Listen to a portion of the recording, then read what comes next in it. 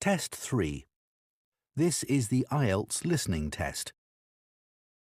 You will hear a number of different recordings and you will have to answer questions on what you hear.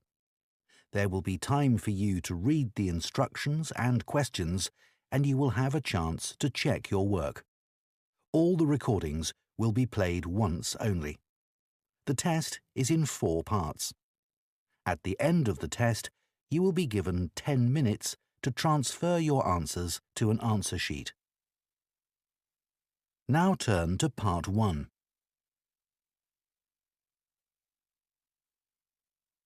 Part 1. You will hear 2 neighbours who live in an apartment block talking about shopping for food. First, you have some time to look at questions 1 to 6.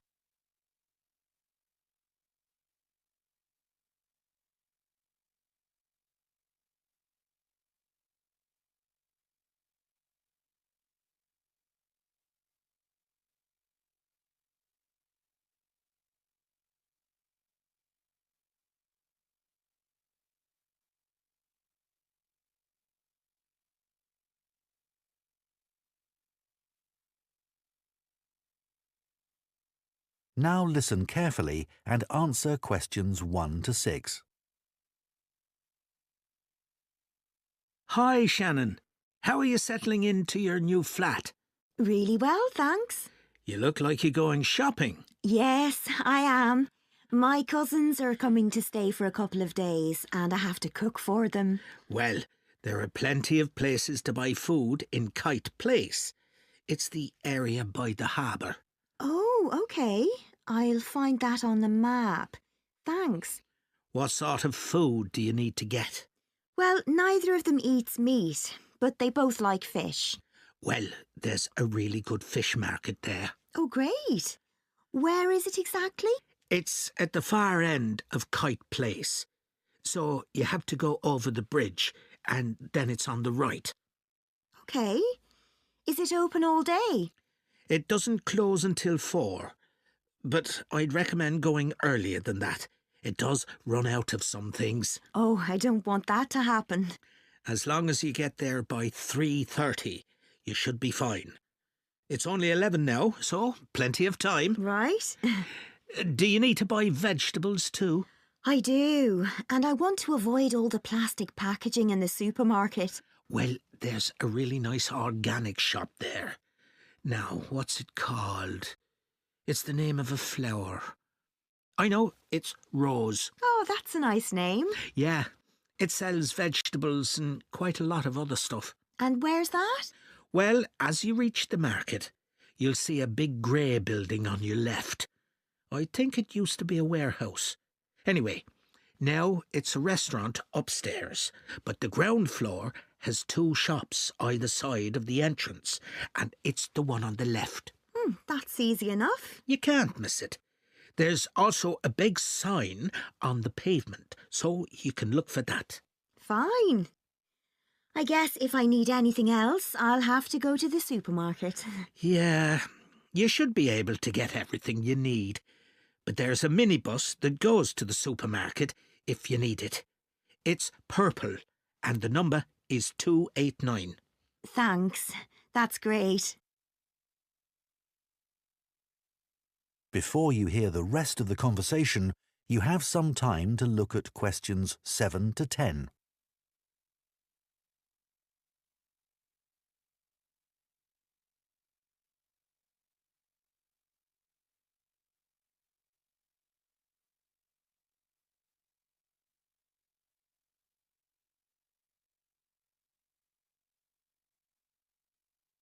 Now listen and answer questions 7 to 10.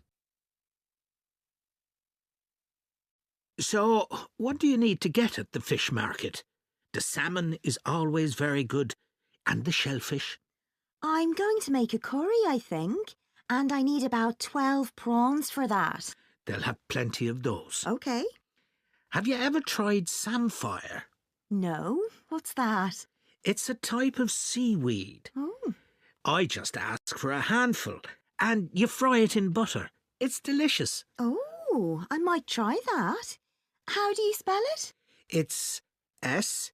A, M, P, H, I, R, E. Great. It's always good to try something different. Yeah. I'll see what beans they have in the organic shop, and I think I'll get something for dessert there. How about a mango? I'm not sure. They're not always ripe. I'd prefer a melon. It's bigger too. Good idea. The owner also sells a lot of spices there that you can put in a curry, and things like coconut. Oh, that's very helpful. I'll have a look. No problem.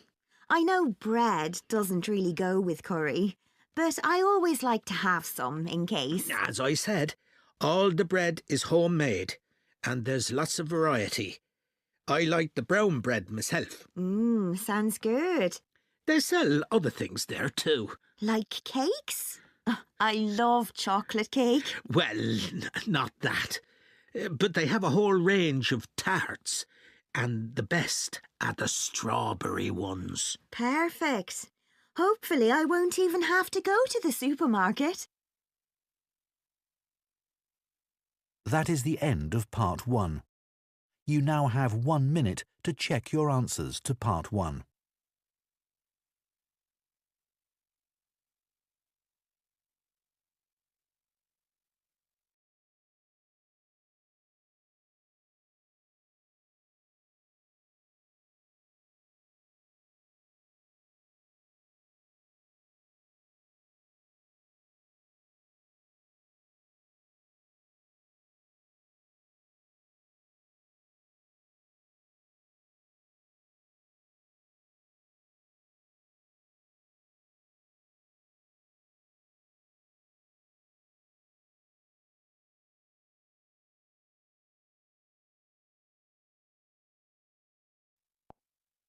Part 2. You will hear the organiser of a children's book festival giving some information about it on a local radio programme. First, you have some time to look at questions 11 to 16.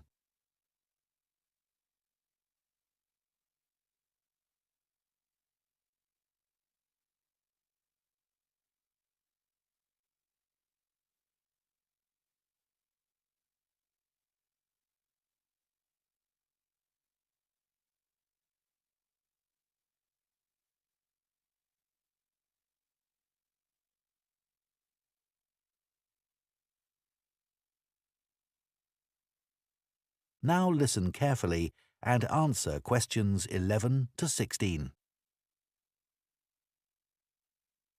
The Children's Book Festival is coming up again soon, and here to tell us all about it is the festival's organiser, Jenny Morgan.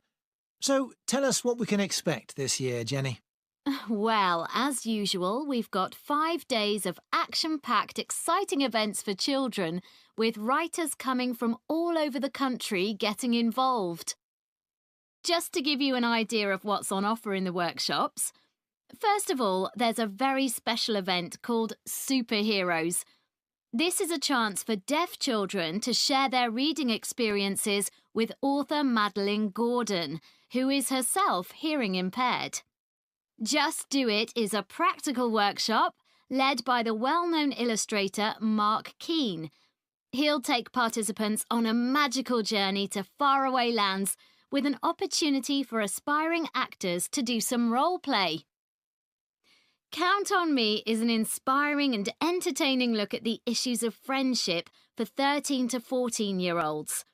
It looks at some of the friendships described in popular books and asks participants to compare these with their own experiences. Speak Up is part of a series of workshops on the subject of mental health. This is a creative writing workshop encouraging children to describe situations where young people experience loneliness. A recent survey revealed that children can be lonely even when they're at home with their families. Jump for Joy, as many of you will know, is the heartwarming best-selling story by Nina Karen about a young girl's trip to visit her relatives in India. It recently received the gold medal at the Waterford Awards. Nina will get children to celebrate the word joy by writing a poem. Sticks and Stones is the beautifully illustrated picture book for young readers about a community who organise an African Caribbean festival to help local children learn about their Jamaican roots. This will be a musical event where children will have the chance to play steel drums. This is bound to be very popular, so please book as soon as possible. Before you hear the rest of the programme, you have some time to look at questions 17 to 20.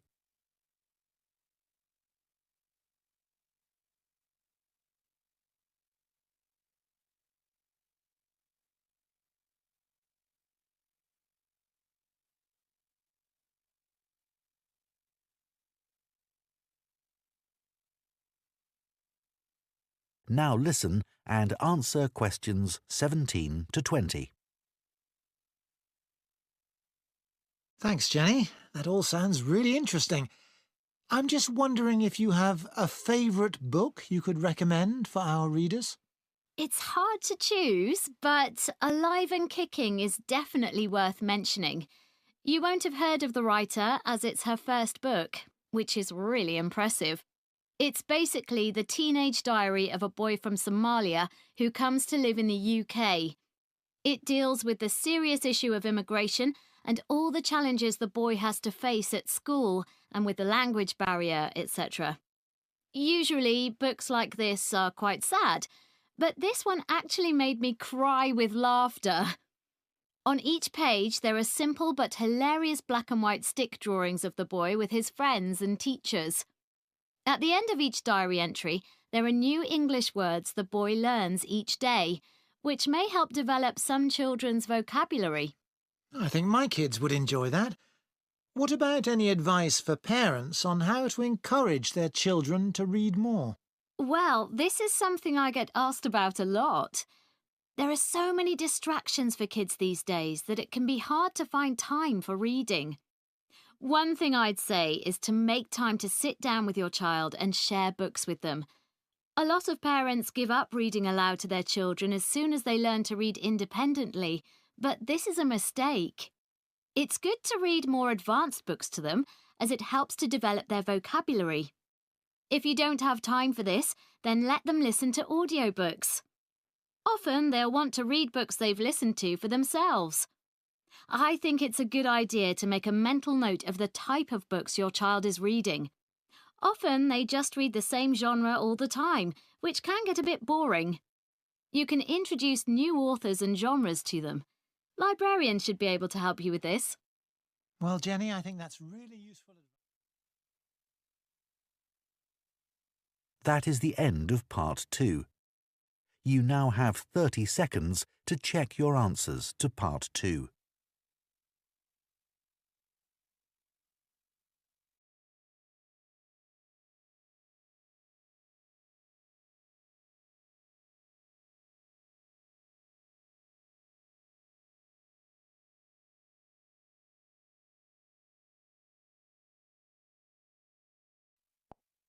Part 3. You will hear a trainee science teacher called Claire talking about her practical teaching work to another trainee called Jake. First, you have some time to look at questions 21 to 25.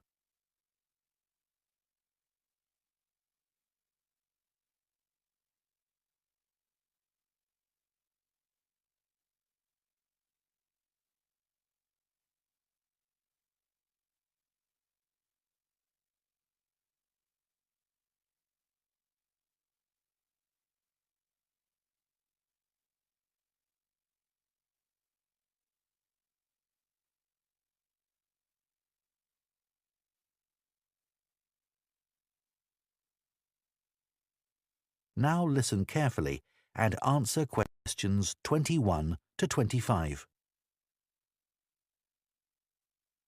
Hi, Jake. How are you getting on with the practical teaching? It's harder than I expected, but I've got some great classes. How about you? Not brilliant. I'm really struggling with my Year 12 science class. Are they hard to control? Well, I don't have discipline problems as such. It's just that they don't seem to think that science has anything to do with their lives. It's depressing. They listen to what I say, and I gave them a test last week, and the results weren't too bad, but there's no real engagement. Right. And as part of my teaching practice, I have to design an experiment for them to do. I was wondering about something on the children's diets, asking them to record what they eat and maybe linking it to their state of health. Let's think.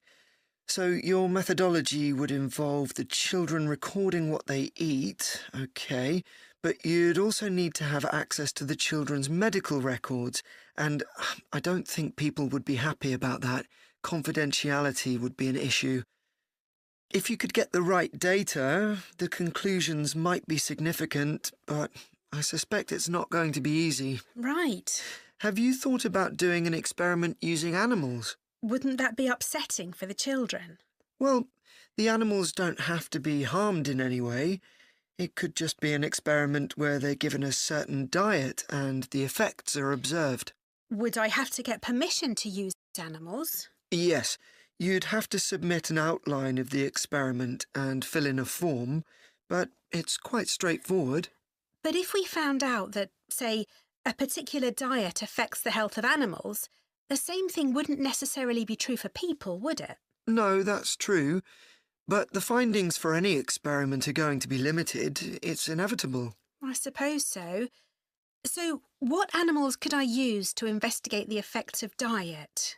Mice? Yes, you'd need experimental mice, ones that have been specially bred for experiments. OK, so what will your experiment be investigating exactly? Well, something to do with nutrition. So maybe we could look at food supplements, things like extra iron and extra protein, and their impact on health. That might be rather broad. Maybe just look at the effects of one supplement, like sugar, on the health of the mice. In fact, maybe the focus could be on whether mice can control their own diet. So what happens when they have access to more sugar that they don't really need? Exactly. Do they eat it, or do they decide to leave it? Great. Then later on you could do a follow-up experiment adding another variable, like you could give some of the mice the chance to be more active, running on a wheel or something, and the others just sit around and don't do much. Or I could repeat the experiment but change the type of food I provided, or use mice with a different genetic structure. But I think your idea would be more interesting. I might think about that some more. Before you hear the rest of the discussion, you have some time to look at questions 26 to 30.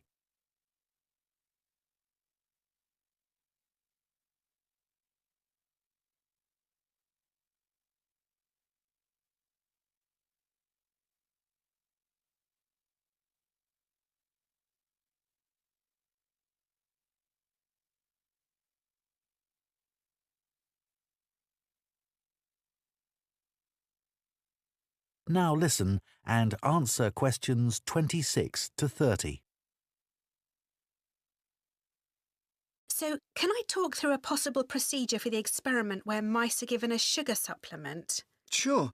I did a similar experiment in college, actually. Great. So, how many mice would I need? I'd say about 12, and all young ones, not a mixture of old and young. OK. And I'd need 2 groups of equal sizes, so 6 in each group. And how would I tell them apart? I suppose I could put some sort of tag on one group or just mark them in some way. You could use food colouring. That wouldn't hurt them. Perfect. Then each group would go into a separate cage, and one group, let's call them Group A, would be the control group. So they'd just have ordinary mouse food. I suppose you can buy that? Yes, it comes in dry pellets. And the other group would have the same as the first group, but they'd also have the extra sugar. Would you just give them straight sugar? It might be better to give them something like cereal with it. Then you'd need to weigh the mice, I should think, once a week. And you'd need an electronic balance. But we can't hold them on the balance or it'd affect the reading. Exactly. So you need something called a weighing chamber to stop the mice from running away. It sounds complicated, but actually you can just use a plastic box with holes in the top. OK.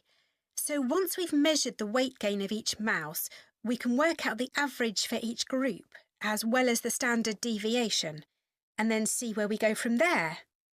That sounds cool. I think the students will enjoy it. Yes. One thing you must remember... That is the end of Part 3. You now have 30 seconds to check your answers to Part 3.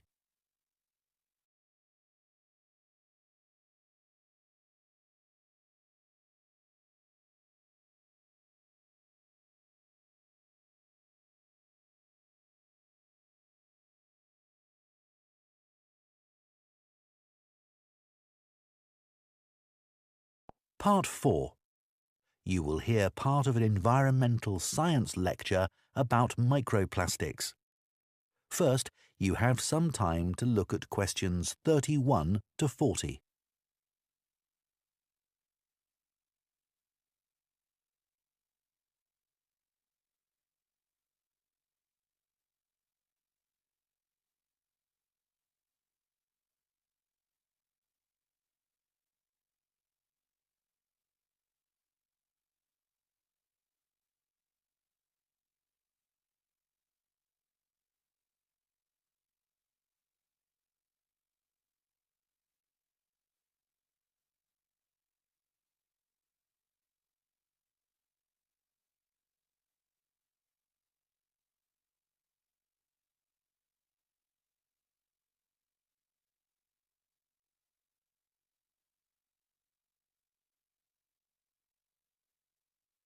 Now listen carefully and answer questions 31 to 40. In today's lecture, I'm going to be talking about microplastics. Microplastics are tiny pieces of plastic smaller than 5 millimeters in size. Recently, there's been a greater awareness that there are large quantities of plastic waste, big and small, in the environment. The amount of plastic waste in the oceans has received widespread attention, but far less is known about the effects of microplastics in fresh water and particularly in soil. Microplastics can enter the environment via a number of different sources. Threads and microfibers detach from synthetic clothing every time they're put in a washing machine, and these find their way into the water system. Other sources include big pieces of plastic waste that are already in the environment, and these break down into microscopic particles over a period of time. On a larger scale, factory waste is another route, as are tyres, which wear down as cars, lorries and so on travel along road surfaces. We already understand some of the impacts of microplastics from studies involving fish and other animals. There is evidence that microplastics harm small creatures in a variety of ways, such as by damaging their mouths or by impairing their ability to feed, for example when microplastics get lodged in their digestive system.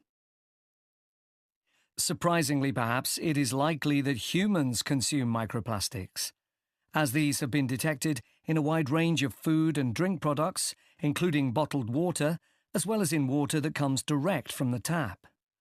What's more, salt and many kinds of seafood have also been found to contain microplastics. However, it's important to underline that there is not yet conclusive proof that microplastics cause significant harm to people. In many countries, including here in the UK, there is legislation which prevents manufacturers from adding plastic microbeads to shower gels, facial cleansers, and toothpaste. It is very difficult to accurately estimate the total amount of microplastic particles in the soil, as they can be hard to detect. But we do know they are carried in the air and deposited in the soil by rain. What's more, many of the fertilizers used by both farmers and gardeners contain microplastics.